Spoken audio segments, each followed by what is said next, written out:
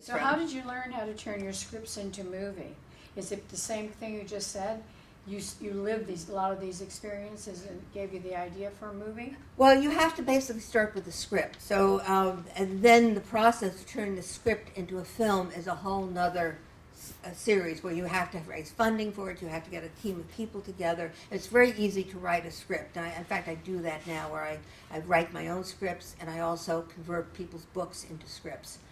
But when I started, I just had some scripts. Then I started going to some conferences in Los Angeles, and then I commuted between between Oakland and Los Angeles for a while. For about 2 years, I would spend two weeks in Oakland, 2 weeks in Los Angeles, and so I started going to conferences there about how do you get films made. Another thing I did is when I came back from LA, I joined some groups.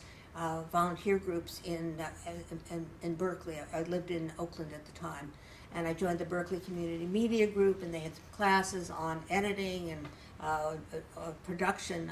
I discovered I didn't really want to be an editor because of it's very, very detailed work and time consuming, and so I really liked doing the scripts.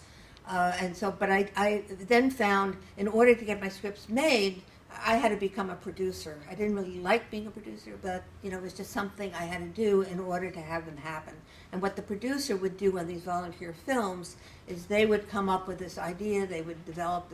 They would do screen breakdown, so you know who is going to do what. You would put a cast together, and so I would do these small volunteer projects for a few minutes.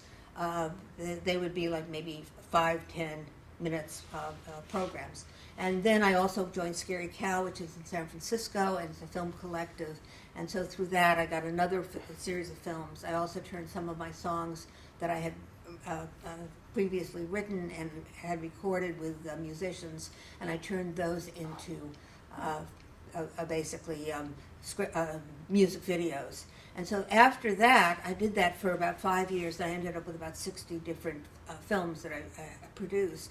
I decided, well, I'm going to go pro, and I moved to Lafayette at the time, and so I really lost contact with the groups. I didn't want to go to San Francisco anymore because it was just, you know what the traffic is like going in and out. So I started doing professional work. From that,